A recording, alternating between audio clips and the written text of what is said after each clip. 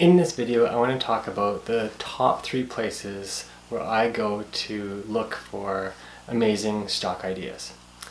My name is Jared Ayers. If you are new to this channel, I am a CFA charter holder, and I have created this channel to share with anybody who wants to know the ways I think, the techniques I use, the strategies I use in order to invest in the markets at large. I've been doing this for over 20 years. I've seen some pretty phenomenal returns, and I know that I don't think about investing necessarily the same way as most people. So that's what I'm here to do. So before we get into the details about where I actually go to look for stock ideas, I do want to just recap a few things about my overall approach to stock investing. So firstly, I only ever hold a very few number of stocks at any one time. So the stocks that I am looking for to add to my portfolio need to be very, very high quality. So that's the first thing. The second thing is that no matter what it is I am finding in my search, there's always a significant portion of my own work that I do. So I do always go into the actual financials, talk to analysts, do my own homework before I would ever consider entering into a position. The third thing is that I pride myself on finding ideas before anyone else does, in order to preserve as much upside as I possibly can for myself before it becomes a popular idea. The first location where I go to find stock ideas relates to the fact that I want to go fishing on my own. Generally speaking, I'll start with the screening tools in my discount brokerage account, and using that tool, I enter in the initial screening criteria I want to use in order to narrow my search to only those stocks that meet my criteria. I outlined what my preliminary or top 5 criteria are in my previous video, so I'll link to that in the description of this one. But basically what I want to do is create that short list of stock ideas. Then I can sift through that and begin to pick away at the stocks that I think are most likely a fit for me in terms of my portfolio. Good thing about screens is you can save them, you can revisit them later, come back to them anytime and see effectively what the fishing net has caught in terms of stock ideas. So as markets change, as valuations change, as prices change, what the screen will capture changes on an ongoing basis. So it's a great thing. Once you set it up, you can always come back and look at it. If you stay tuned, at the end of this video, I will take you through an example of what a screening tool looks like inside my own discount brokerage account. I'll set it up and then show you how I deal with the information that I get within that tool. So stay tuned for that. So a second location I go to look for opportunities in terms of stock ideas is actually in the realm of special situations, namely stock spin-offs. The best way to explain what a stock spin-off is by way of example. So in 2015, eBay, a very commonly known company, spun off PayPal into its own operating and publicly listed entity. So in that instance, eBay was the parent. It continued to trade under the same ticker as it did previously. PayPal was a smaller spun-off company, got, I believe, a different management team and got its own ticker and listing, so it became known as the child in that relationship. So you had eBay as the parent, PayPal as the child, and what often happens in a spin-off situation is a lot of institutional investors, sometimes they have market cap minimums that they have to have for all of their holdings. So when a company splits in a spin-off situation, oftentimes either the child, and sometimes both the child and the parent, no longer meet the criteria of the institutional investor, and it creates some selling pressure on potentially both companies. Also, the child that comes out of that split often is a brand new entity, even though it was maybe formerly a division or a portion of the original whole.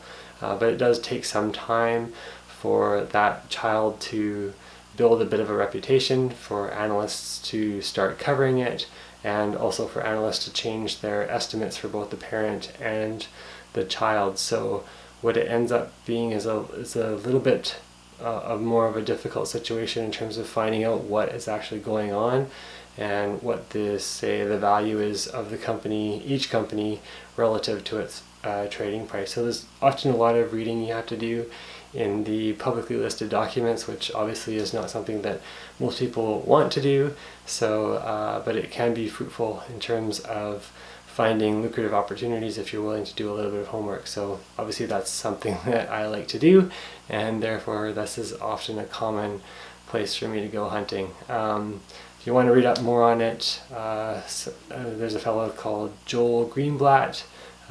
Those who follow some of the big investors in the world probably are familiar with his name, but he wrote a book with a terrible title called How to Be a Stock Market Genius.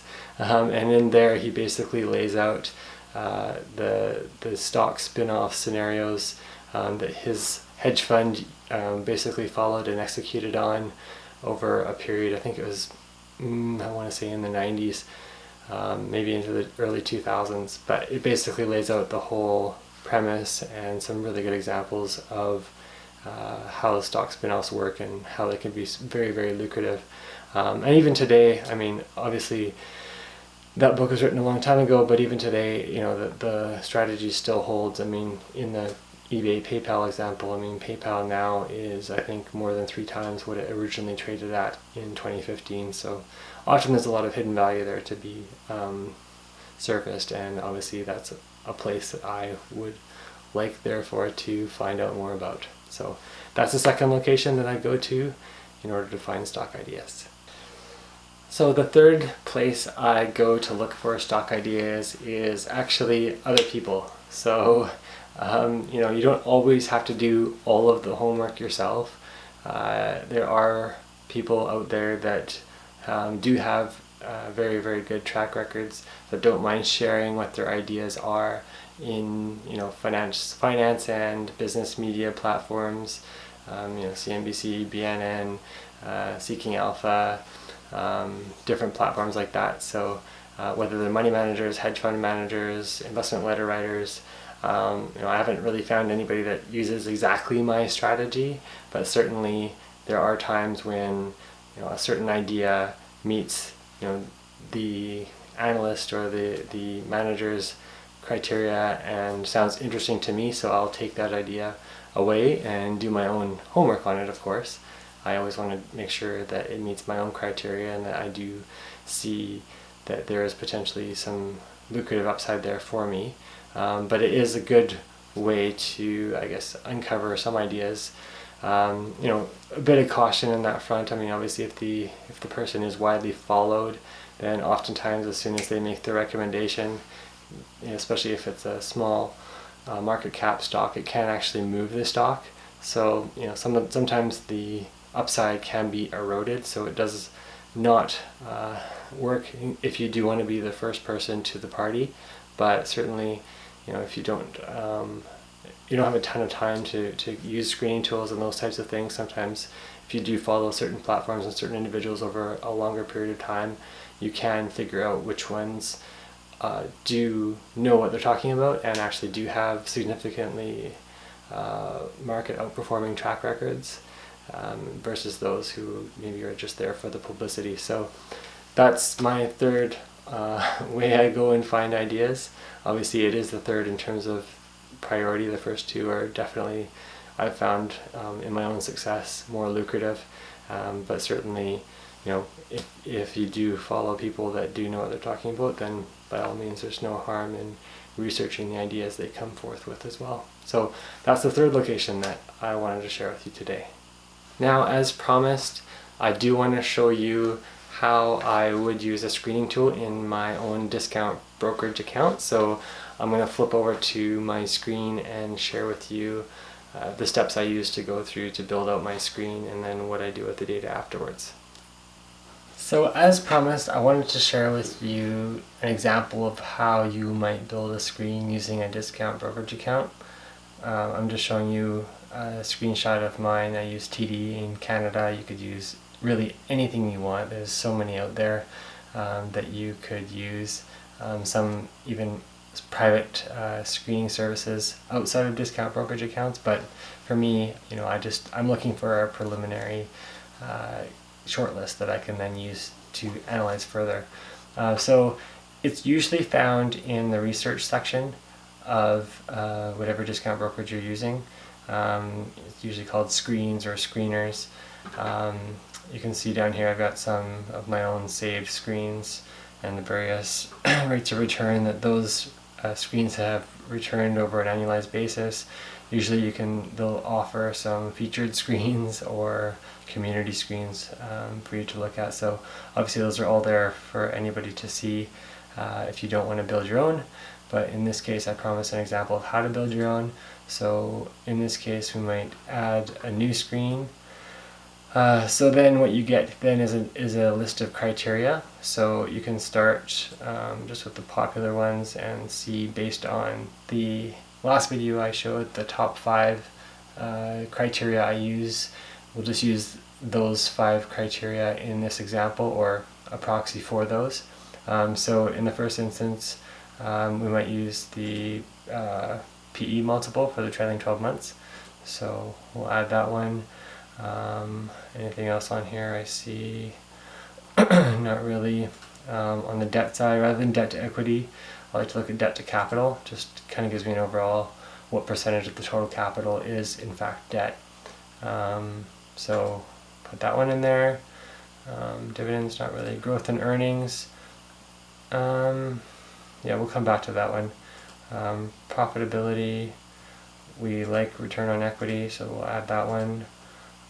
Company basics, that was the other one too. So market capitalization, we talked about that one as well. And then on the growth and earnings side, I did mention the PEG ratio. This particular list of criteria doesn't include any PEG ratios. PEG ratios are usually calculations based on forward expected growth rates, but you can use a couple of different historicals as proxies if you want, so I'll just add those in as well in this example, and we can look at how those might be factored in. So looking at the top, a PE ratio, we can put in this case a minimum to, I don't know, let's say 25 times. Debt to capital ratio, again, we can set that to minimum because low debt isn't an issue.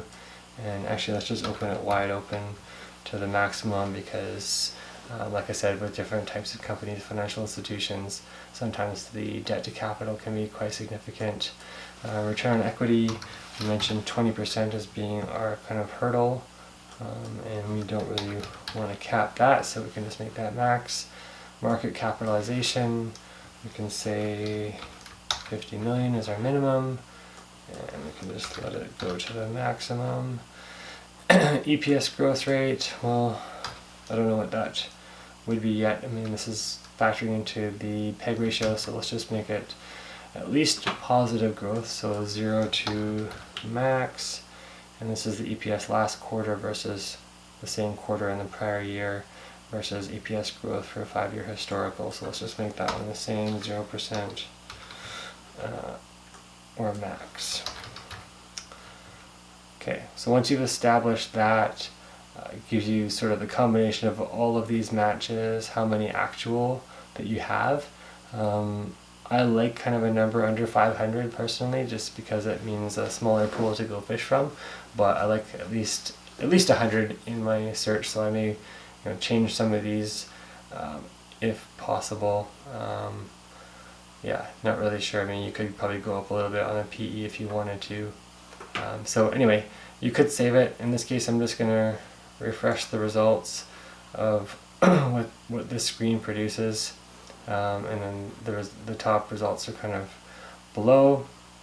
You can open that up to show more in this instance, and then you can export this to Excel, which is often what I do just so that I can manipulate the data. and then I'll show you how that looks once I've manipulated it. So once I've dumped it into Excel, I'll put my various criteria. Obviously they kind of come out as they are, but I'll rank them. So if my top two, and in fact my top two usually are return on equity, in terms of the performance back to shareholders, and then also the valuation, so what the PE multiple is. I rank those two, and then based on their ranks, add the two numbers together, get a total score, and that just helps me then rank my full list in terms of which stocks are going to produce the best or best return to shareholders at the lowest valuation. So the other items are in here. I mean, debt to capital for sure, interesting to look at, especially relative to the type of company it might be. Market cap, we know we've already set at 50 million, so shouldn't be anything in there that is below our expectations. EPS growth last quarter versus prior year, that will sit in there, as well as the historic. Now we can then take the PEG, or we can calculate the PEG ratio, looking at the PE over the trailing 12 months and dividing it by those two EPS growth rates, at least historically. Again, you do want to go into the actual finance websites and see what analysts may be looking at in terms of forward expected growth. But really, if it's under 1, using that forward-looking expected growth, then generally speaking, that's pretty good in terms of a price relative, or PE basically, relative to the expected growth rate. Anything on here that would maybe pop up above 1, maybe you want to look at it a bit closer and see if the forward-looking growth rates are in fact quite good, or maybe the history, whether it's a 5-year or a most recent history, is in line with what the future growth rate might be. Oftentimes the future growth rate is actually lower than the history, only because as companies mature, obviously their growth doesn't increase at quite as rapid pace. So just something to think about, and something that you can at least preliminarily look at. Again, this is just kind of a first cut of a short list. So overall, once I totally scored everything based on the ROE rank and the PE rank, I then get an overall rank of 1 to, in this case, 191 or 192 stocks in total. And then I can then start looking through this list and seeing exactly what I want to be looking at a little bit more closely. But I will cover exactly what I'm looking for in each one of these stocks as I scan down this list, probably in my next video, because that does take a little bit more time to explain. So I hope that was useful. I know probably lots of people do use stock screening tools, but I have heard from others that it's not necessarily a common thing they're even aware of that's available if they do have a discount brokerage account. So anyway, hopefully that was useful. Thanks very much. So hopefully you did find that video useful. As ever, if you want to leave comments, have any questions, or perhaps you want to let me know what hunting grounds you use to find stock ideas of your own, please feel free to leave comments. If you haven't yet subscribed and you want to know more, please do hit the subscribe button. And as ever, like the video if you do like it, and appreciate any feedback you have, good, bad, or ugly. So thank you very much again, and until next time, thank you very much for watching.